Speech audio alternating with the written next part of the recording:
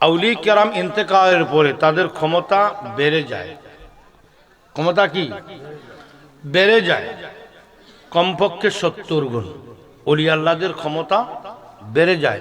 ইন্তেকালের পরে তারা আরো ভালো কিছু করতে পারে, বেশি কিছু করতে পারে। সময় কেন পারে?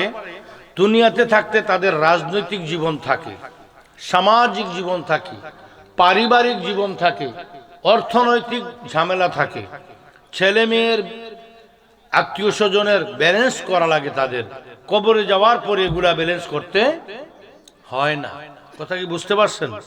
অতএব ইন্তেকালের পরে তাদের ক্ষমতা বেড়ে যায়। ক্ষমতা কি হয়? বেড়ে যায়। অতএব এখানে আমাদের কি করতে হবে? কঠিন সাবধানতা অবলম্বন করতে হবে। আল্লাহ পাক কবুল করুক, বলুন আমিন। আরেকটু দুরূদ শরীফ পড়েন, আল্লাহুম্মা সাল্লি আলা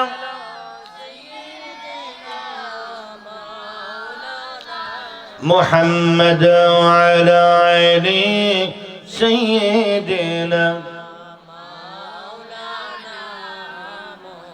শিখাইয়া প্রেমের খেলা ওই লুকাইনা কামিলিওয়ালা দেখা দিয়া নিবাও জ্বালা পুরা মনের বাসনা। আল্লাহুম্মা সাল্লি মাওলানা মুহাম্মদ ওয়া আলা আলি সাইয়্যিদিনা মাওলানা লা ইলাহা লা ইলাহা ইল্লাল্লাহ লা ইলাহা লা ইলাহা ইল্লাল্লাহ লা ইলাহা ইল্লাল্লাহ লা ইলাহা ইল্লাল্লাহ লা ইলাহা ইল্লাল্লাহ লা ইলাহা ইল্লাল্লাহ লা ইলাহা ইল্লাল্লাহ লা ইলাহা ইল্লাল্লাহ লা ইলাহা ইল্লাল্লাহ মুহাম্মাদুর রাসূলুল্লাহ সাল্লাল্লাহু আলাইহি ওয়াসাল্লাম। পবিত্র কোরআন শরীফে আল্লাহ পাক রব্বুল আলামিন একটি সূরা নাজিল করেছেন। ওটার নাম হলো সূরা আন-নাজিয়াত, আয়াত নাম্বার 5। একদম ছোট্ট আয়াত কারিমার একটি অংশ, ফাল মুদাব্বিরাতি আমরান। এটার ব্যাখ্যার মধ্যে, কিতাবের মধ্যে মুফাসসিরিনে কেরাম লিখছেন, আওলাদ আল্লাহ পাক রব্বুল আলামিন যাদেরকে অলৌকিক ক্ষমতা দিয়েছেন, অলৌকিক ক্ষমতা 4 প্রকার। কত প্রকার? কত প্রকার? 4 প্রকার। আল্লাহর পক্ষ থেকে যদি কোনো অলৌকিক ক্ষমতা প্রকাশ হয়, এটাকে বলা হয় কুদরত।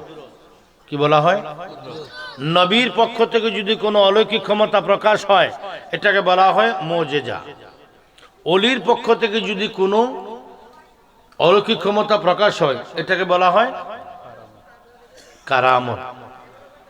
আর কোন নবী এখনো তার ওনার নবুয়তের প্রকাশ হয় নাই। যেমন আমার নবী কিন্তু দুনিয়া আসার আগেও নবী, কিন্তু প্রকাশ হয়েছেন শরীয়তে জাহিরিভাবে 40 বছর বয়সে। এমনি করে কোন নবী নবুয়ত প্রাপ্ত হওয়ার পূর্বে যদি উনি কোনো অলৌকিক ঘটনা প্রকাশ হয় ওনার পক্ষ থেকে, তাহলে এটার নাম হবে ইরহাজ। নাম হবে কি? ইরহাজ। আরেকটার নাম হলো ইস্তিদরাজ। কারামত, মুজিজা, কুদরত, ইরহাজ, ইস্তিদরাজ। কোনো কুফুরির কারণে, জাদুর কারণে, কোনো জাদুবিদ্যা মন্ত্রবিদ্যার কারণে যদি কোনো অলৌকিক ঘটনা প্রকাশিত হয়, এটা হবে অপশক্তি, শরীয়ত বিরোধী, এটা হবে ইস্তিদরাজ। এটার নাম কি? যেমন দাজ্জাল আসবে, দাজ্জাল আসার পরে সে অনেক অলৌকিক ঘটনা দেখাবে, কিন্তু এটা কারামতও নয়, ইরহাজও নয়, এটা কি? কারামত নয়, ইরহাচও নয়, কুদরত নয়, মোজেজাও নয়। সে কি বলবে জানেন? সে এসে বলবে আমি খোদা, আমাকে খোদা মানো। তুই খোদা মানতাম তোরে, হ্যাঁ ঠিক আছে মানলাম, তো তুমি যে খোদা তার প্রমাণ কি? তো প্রমাণ কি? প্রমাণ চাও যে তুমি এখন বৃষ্টি দাও। সে ইশারা করার সঙ্গে সঙ্গে বৃষ্টি আসে যাবে। নাউজুবিল্লাহ বলে, ঠিক সুবহানাল্লাহ হবে না নাউজুবিল্লাহ হবে? নাউজুবিল্লাহ। বলবে তুমি যে খোদা তার আরো কিছু প্রমাণ দাও। কি? এখানে একটি সমতল ভূমিতে তুমি নদী বানিয়ে দাও। সে ইশারা করার সঙ্গে সঙ্গে নদী হয়ে যাবে। এটা কিন্তু অবশক্তি, এটা কিন্তু মানে কারামত নয়। সবচেয়ে বড় তার পাওয়ার হলো যে তুমি যদি খোদা হয়ে থাকো, আমি খোদা, নিঃসন্দেহে আমি খোদা। সে বলবে তো ঠিক আছে তুমি খোদা। তুমি যদি খোদা হয়ে থাকো, আমার মৃত মা বাবাকে কবর থেকে জিন্দা করে তুলে দাও। সে ইশারা করবে, ইশারা করার সঙ্গে সঙ্গে কবর থেকে মুর্দা জিন্দা হয়ে যাবে। তারপরে কি খোদা মানবেন না? এরপরে কি মানবে না কেউ? এরপরেও এইগুলা দেখানোর পরে তার মানবে, তাকে মানুষ মানবে। কোটি কোটি মানুষ তার দলভুক্ত হয়ে যাবে। সে বললে বৃষ্টি নামে, সে বললে ঝড় তুফান আসে, সে বললে রোদ আসে, সে বললে চাঁদ আসে, সে বললেই পাহাড় হয়ে যায়, সে বললেই নদী হয়ে যায়, সে বললে মৃত্যু জিন্দা হয়ে যায়। তাকে আর কেউ অমান্য করবে? তার দল ভারী হবে। তার সাথে প্রতিহত করার জন্য যিনিকে আল্লাহ পাঠাবেন ওনার নাম হলো ইমাম মাহদি। ইমাম মাহদি আলাইহি সালাতু ওয়াসসালাম। জি জি বুঝছি বুঝছি। তো উনি কি করবে? উনি কি করবে? ওনাকে প্রতিহত করার জন্য কে আসবে? ইমাম মাহদি। ইমাম মাহদি এসে ওনার সঙ্গে যুদ্ধ করবেন। কি করবেন? যুদ্ধ করবেন। যুদ্ধ করার পরে জয়লাভ করবেন কে? দাজ্জাল না মাহদি? হযরত ইমাম মাহদি আলাইহিস সালাতু ওয়াস সালাম জয়লাভ করবেন। জয়লাভ করার পরে ইমাম মাহদি আলাইহিস ইসলামের এই বিজয়ের সঙ্গে সঙ্গে আকাশ থেকে একজন নবী আসবেন। আকাশ থেকে বাইতুল মুকাদ্দাস পর্যন্ত আল্লাহ ফেরেশতাদেরকে দিয়ে একটি সিঁড়ি তৈরি করে দিবেন। ফেরেশতাদের কাঁধের উপরে ওই দুই পাশের মধ্যে কি সিঁড়ির দুই পাশে আল্লাহ পাক রব্বুল আলামিন দুই পাশে দুটি রেলিং দিয়ে দিবেন, তাও ফেরেশতা দিয়ে। ওই ফেরেশতাদের কাঁধের মধ্যে বড় করে হযরত ঈসা রূহুল্লাহ চতুর্থ আসমান থেকে জমিনে আসবেন। জমিনে আসার পরে ঈসা রূহুল্লাহকে দায়িত্ব দেওয়া হবে আমার হযরত মাহদি আলাইহিস সালাম।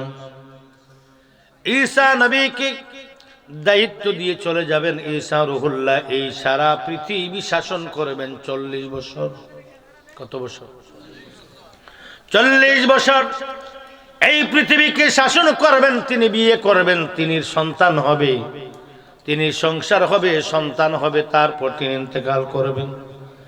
ইন্তেকাল করার পরে ওনাকে দাফন করা হবে মদিনাতুল মুনাওয়ারায়। আমার নবী কামলেওয়ালা রওজা মুবারকের পাশে একটি কবরের জায়গা এখনো খালি আছে। এই হলো হুজুর সরকার কায়নাতের নুরানি কি কবর শরীফ। একটু পরেই হুজুর কামলেওয়ালার কি কোমর মোবারক বরাবর যার মাথা, তিনি হলো হযরতে আবু বকর সিদ্দিক রাদিয়াল্লাহু তাআলা আনহু। ওনার পাশে আরেকটি কবর রয়েছে, ওনার নাম হলো হযরতে ওমর ফারুক রাদিয়াল্লাহু তাআলা আনহু। এর পাশে একটি খালি জায়গা রয়েছে ঈসা নবীর জন্য। ঈসা নবীকে সেখানে দাফন করা হবে। বন্ধুরা আমার, সেই রওজাতুল মুনাওয়ারা রওজায়ে রাসূলুল্লাহ সবুজ গম্বুজের নিচে বর্তমানে 3টি কবর আছে।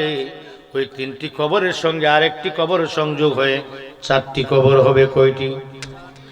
এই 4টি কবরের মধ্যে আমার নবী কামলেওয়ালা রাহমাতাল লিল আলামিন সাইয়্যিদুল মুরসালিন খাতামান নবিয়্যিন আমার নবী কামলেওয়ালা শুয়ে আছেন। শুয়ে আছেন হযরতে সিদ্দিক আকবর, শুয়ে আছেন হযরতে ফারুক আজম, আর পরে শুয়ে যাবেন হযরতে ইমাম মাহদী আলাইহিস সালাতু ওয়াস সালাম। এই চার কবরের মধ্যে তিনটি কবর এখনো রয়েছে।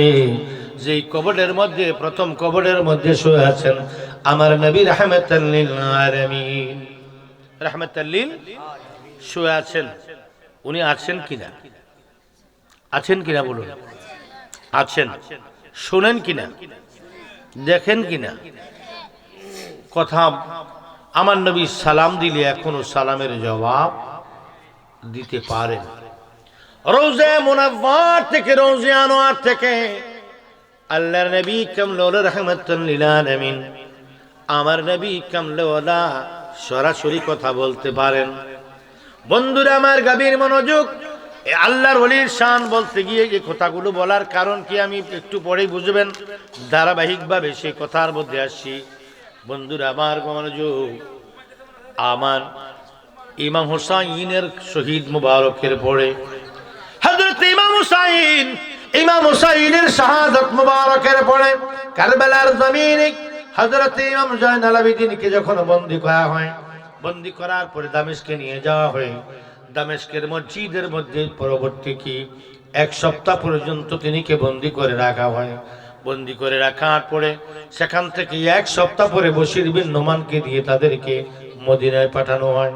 মদিনায় পাঠানোর পরে আল্লাহর নবীর সেই কলিজার টুকরা নাতি ইমাম হুসাইনের কলিজার টুকরা সন্তান হযরত ইমাম জয়নাল আবেদিন আল্লাহর নবী কামলেওয়ালার রওজা মুবারকের সামনে গিয়ে দাঁড়িয়ে কান্না শুরু করলেন। নবীর দরবারে কাঁদতে কাঁদতে বলেন, ইয়া রাসূলুল্লাহ, ইয়া হাবিবাল্লাহ, নবী গো, কারবালার জমিনে কি হইছে একটু শুনেন গো ইয়া রাসূলুল্লাহ। নবী গো, আপনার কলিজার টুকরা নাতি হুসাইন কি এমন ভাবে কি করা হয়েছে, নির্মম ভাবে আপনার হুসাইনকে কুরবানির পশু যেমনি করে জবাই করায়, এই সীমার বুকের মধ্যে বসে বাম হাত দিয়ে গলার মধ্যে চাপ দিয়ে ধরলেন, বাম দিয়ে চাপ দিয়ে ধরে ছুরি চালাইলো বলে তিনি বর্ণনা যখন শুরু করতে লাগলেন, কাঁদতে লাগলেন। রওজা শরীফ থেকে আমার নবী রাহমাতাল লিল আলামিন হু হু করে বড় বড় চিৎকার দিয়ে আমার নবী কান্না শুরু করে দিলেন। আমার নবী কাঁদতে কাঁদতে ডাক দেয়া কয়, জয়নাল আবেদিন, আরে জয়নাল আবেদিন, আর বলতে হবে না, আর বলতে হবে না রে জয়নাল। কারবালার জমিনে কি হয়েছিল, কি ঘটেছিল, মদিনার জমিন থেকে আমি রাহমাতাল লিল আলামিন সরাসরি দেখেছি। কিছুই বলতে হবে না, আমি দেখেছি। তুমি কি বলছো, কাকে বলছো, কি বলতে চাচ্ছ, আমি তো সব দেখেছি। আমি সব এখান থেকে সরাসরি আমি আমার চোখ দ্বারা দেখেছি, কান দ্বারা শুনেছি। তুমি যেভাবে চিৎকার করেছিলে কারবালার ময়দানে, আমি নবীও তো মদিনা থেকে চিৎকার করেছিলাম। সরাসরি কথা বলছেন আমার নবী রওজা শরীফ থেকে, সুবহানাল্লাহ বলুন। কারবালার জমিনের যুদ্ধ শেষ। ইয়াজিদ বাহিনী মক্কার মধ্যে গেলেন। মক্কার মধ্যে যাইয়া খানে কাবা বাইতুল্লাহ শরীফের মধ্যে আগুন লাগাইয়া দিছে। ওহো, মাজার ভাঙ্গার যে কালচার ওইটা ওইখান থেকে আসছে। কারবালার যুদ্ধের পরে তাদের প্রথম কাজ হলো কি, খানায় কাবা বাইতুল্লাহতে, খানায় কাবা বাইতুল্লাহতে আগুন ধরাই দিয়েছে, গিলাপ পড়েছিল। এরপর 10,000 সৈন্য পাঠালেন। কষ্ট হইতেছে, গজল বলবো, জিকির করব, এত অস্থির কেন? একটু পরে তো আমরা অফিসে যাব না, ফজর পর্যন্তই থাক না, আমরা সময় আছে, সমস্যা হইতেছে। আল্লাহর নবী কামলেওয়ালা রাহমাতুল লিল আলামিনের রওজা মদিনায়, ওই মক্কা শরীফের মধ্যে আগুন দিলেন। আগুন দেওয়ার পরে 10,000 সৈন্য পাঠালেন। কয় হাজার? 10,000 সৈন্য পাঠালেন মদিনার জমিনে। মদিনার জমিনে গিয়ে তারা কি করলেন, মদিনার মসজিদে নববীর ভিতরে তাদের ও কি সাওয়ারিগুলা বানলেন। মসজিদের বাহিরে না ভিতরে? মসজিদের ভিতরে তাদের উটগুলো বানলেন, ঘোড়াগুলো বানলেন। যে ঘোড়া দিয়ে, যে উট দিয়ে তারা সওয়ার করে গিয়েছেন, মসজিদের ভিতরে বানলেন। 3 দিন পর্যন্ত আজান বন্ধ, জামাতও বন্ধ। কোন মুসলমান এই যদি মুসলমান কি নতুন করে আজকে শুরু হয়েছে? মসজিদে নববীর মধ্যে, মদিনা শরীফের যে মসজিদে নববীর ছাদের নিচে আমার নবী শুয়ে আছেন, মসজিদের ভিতরে নিয়ে তাদের ঘোড়াগুলো বানলেন, তাদের জুতাগুলো, ব্যাগগুলো, তাদের আসবাবপত্রগুলো রাখলেন। রেখে 3 দিন পরে আজান দিতে, আজান দেওয়া বন্ধ করে দিলেন। 3 দিন আজান হয় না, 3 দিন জামাত হয় না, মসজিদের মধ্যে আজান নাই, আজান দেওয়া নিষেধ করে দিলেন। কেউ বই আজান দিচ্ছে না, জামাতও হচ্ছে না, আজানও হচ্ছে না। আমার নবী কামলেওয়ালা রাহমাতুল লিল আলামিন, এখানে একজন অন্ধ লোক ছিলেন। কি লোক? একজন অন্ধ তাবে ছিলেন। স্বপ্ন যুগে আমার নবী কামলেওয়ালা গিয়ে বলতেছে, আজকে 3 দিন পর্যন্ত আমার মদিনার মসজিদের মধ্যে আজান হয় না। আমার মসজিদে নববীর মধ্যে ঘোড়া বাঁধানো হয়েছে, আমার মসজিদে নববীর মধ্যে উট বাঁধা হয়েছে, ঘোড়া বাঁধা হয়েছে, সেখানে এজিদ বাহিনী জামাত করতে দেয় না, তুমি আজান দাও। বলার পরে মিনারের মধ্যে সেই অন্ধ হাফেজ গিয়ে মিনারের মধ্যে উঠলেন। উঠে এবার চোখের পানিগুলো ছেড়ে ছেড়ে আশহাদু আন্না মুহাম্মাদার রাসূলুল্লাহ বলে যখন কি করলো, আজানের ধ্বনি দিল, ওখান থেকে ওনাকে জোর করে নামিয়ে নিয়ে আসলো। এজিদ বাহিনী এসে ওনার চোখগুলো দুটো খুলে ফেললেন, 2 চোখগুলো খুলে ফেললেন। খুলে ফেলার পর তিনি হামাগুড়ি খেয়ে আমার মদিনার রাসূলুল্লাহ সাল্লাল্লাহু আলাইহি সাল্লামের নূরানী রওজা পাকের সামনে এসে গড়াইয়া গড়াইয়া যখন কান্না শুরু করলেন, আমার নবী ডাক দিয়ে কান্দারে, আল্লাহর নবী হু হাউ মাউ করে রওজা শরীফে কাঁদতেছে। রওজা শরীফের ভিতরে কাঁদতে কাঁদতে আমার নবী কামলেওয়ালা বলে, বাবা আর কাঁদিস না, তোর চোখের পানি আমি সহ্য করতে পারি না, ধৈর্য ধরো। তাদের জন্য রয়েছে ফিনারি জাহান্নাম খালিদিন, যারা আমার রওজা শরীফের মধ্যে অত্যাচার করেছে, কাবার গিলাফের মধ্যে যারা কি করেছে, আগুন ধরিয়ে দিয়েছে, তাদের বিচার হবে হাশরের ময়দানে। আল্লাহ পাক রব্বুল আলামিন তাদের নিজের হাতে বিচার করবেন। বন্ধু, সেই কারবালার যুদ্ধের পর নবীদের মাজারের উপরে অত্যাচার শুরু হয়, কাবা শরীফের মধ্যে, মসজিদের মধ্যে অত্যাচার শুরু হয়, ধর্মীয় উপাসনালয়ের মধ্যে, ধর্মীয় উপাসনালয়গুলোর মধ্যে অত্যাচার শুরু হয়েছে। আজকে নতুন করে নয়, সেই কি থেকে কারবালার যুদ্ধের পর থেকে এরই ধারাবাহিকতায় ওই গোষ্ঠীর দল এখনো পর্যন্ত বিভিন্ন সাংগঠনিকভাবে, রাজনৈতিকভাবে, বিভিন্নভাবে বিশ্বের বিভিন্ন দেশে ছড়িয়ে পড়েছে। তারা ছড়িয়ে পড়ার কারণে আজকে বাংলাদেশের মাজারে যে সমস্ত ওলি আল্লাহর দরবার রয়েছে, ওই ওলি আল্লাহদের দরবারে হয় হামলা এবং ভাঙচুর। কেউ ওলি আল্লাহর দরবারে করে ভাঙচুর, আর কেউ ওলি আল্লাহর দরবারে চোখের পানি ফেলে আল্লাহর দরবারে কাঁদে। এখন যারা ভাঙচুর করে তারাই ইমানদার, না যারা চোখের পানি ফেলে তারাই ইমানদার? ইমানদারদের আলামত, ইমানদারদের কি হয়, লক্ষণ হলো ওদের অন্তর কোমল থাকে।